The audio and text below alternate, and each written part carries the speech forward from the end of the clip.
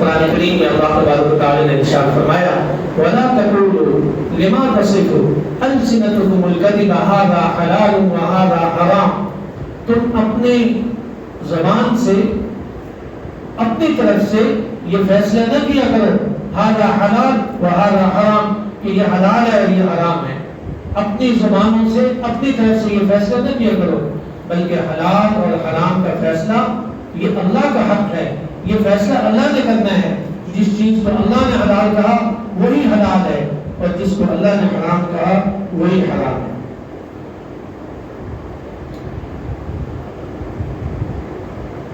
اس سے یہ بات بھی سمجھ میں آ گئی کہ جو شخص اس میں کسی دوسرے کو شریک قرار دے اور اللہ تعالیٰ کے احکام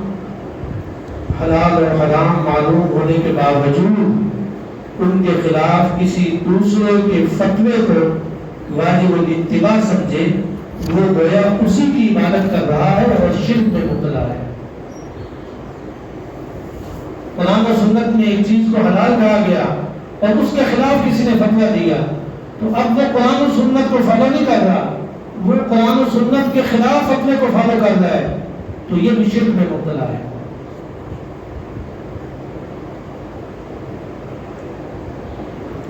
عام مسلمان، آج کے درس کی آخری بات، عام مسلمان جو قرآن و سنت کو براہ راست سمجھنے کی اور ان سے احکام شریعہ نکالنے کی صلاحیت نہیں رکھتے۔ اب ہر آدمی کے اندر تو یہ صلاحیت نہیں ہوتی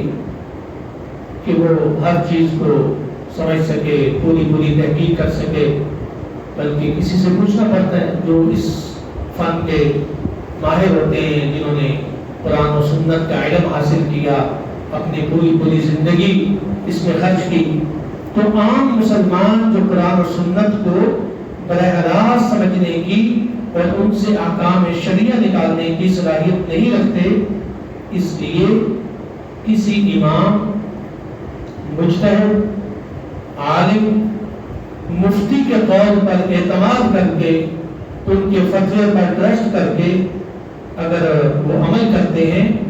تو اس کا اس آیت سے کوئی تعلق نہیں ہے۔ جو تشریح پہلے ہوئی ہے کہ کسی کے غلط فتوے کو فالو کرنا یہ شرک ہے،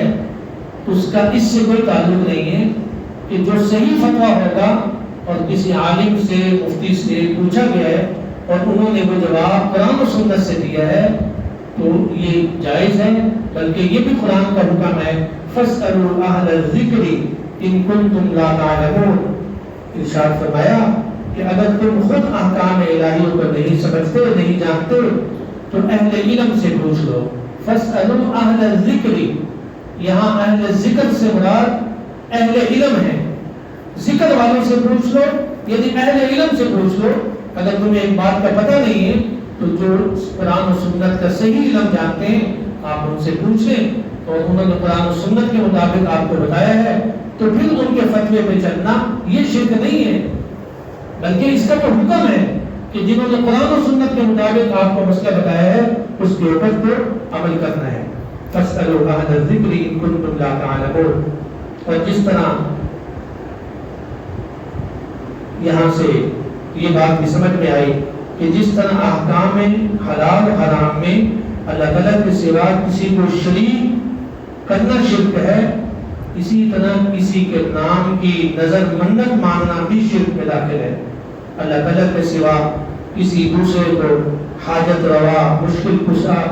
کشا سمجھ کر اس سے دعا مانگنا بھی شرک ہے، کیونکہ حدیث میں دعا کو عبادت فرمایا گیا ہے۔ الدعاء مخ العبادہ، دعا جو ہے وہ تو عبادت کا مغز ہے۔ جب دعا کو عبادت فرمایا گیا ہے تو ہم ایاک نعبد و ایاک نستعین میں اللہ تعالیٰ سے اقرار کر دیں اور یہ وعدہ کر دیں کہ اے اللہ ہم تیرے سے ہی،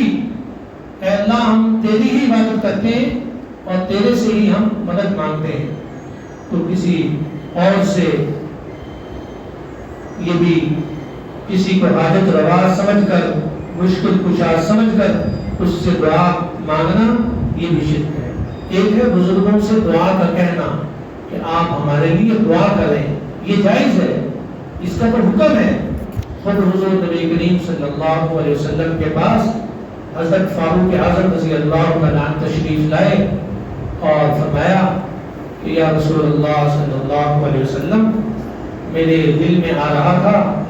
کہ میں مکہ کا سفر کر لوں، تو میں نے کہا کہ نبی کریم صلی اللہ علیہ وسلم سے اجازت بھی لیتا ہوں اور دعا بھی دے دیتا ہوں۔ تو جواب میں حضور نبی کریم صلی اللہ علیہ وسلم نے ارشاد فرمایا یا اخی، حدیث میں الفاظ ہیں یا اخی، ایک ہوتا ہے یا اخی، اخی کا ترجمہ ہے میرے بھائی، اور اخ کہا جاتا ہے بھائی کو، اور اخی میرے بھائی، اور اخی یہ تصغیر ہے، اے میرے چھوٹے بھائی، پیار سے اور محبت سے فرمایا۔ حضور نبی کریم صلی اللہ علیہ وسلم نے سیدنا فاروق اعظم رضی اللہ تعالیٰ عنہ سے یا اخی، اے میرے چھوٹے بھائی، ہمیں بھی دعاؤں میں یاد رکھنا۔ اللہ کے نبی فرما رہے ہیں ہمارے لیے بھی دعا کرنا۔ تو کسی کو دعا کا کہنا یہ تو حدیث سے ثابت ہے۔ ایک ہے کسی کو مشکل کشا سمجھ کر اس سے دعا مانگنا، یہ شرک ہے، لیکن کسی سے دعا کا کہنا کہ آپ جہاں آپ اپنے لیے اللہ سے مانگیں گے وہاں ہمارے لیے بھی اللہ سے مانگنا، یہ تو عبادت ہے اور یہ تو حدیث سے ثابت ہے۔ اللہ تبارک و تعالیٰ سمجھنے کی عمل کرنے کی توفیق عطا فرمائے۔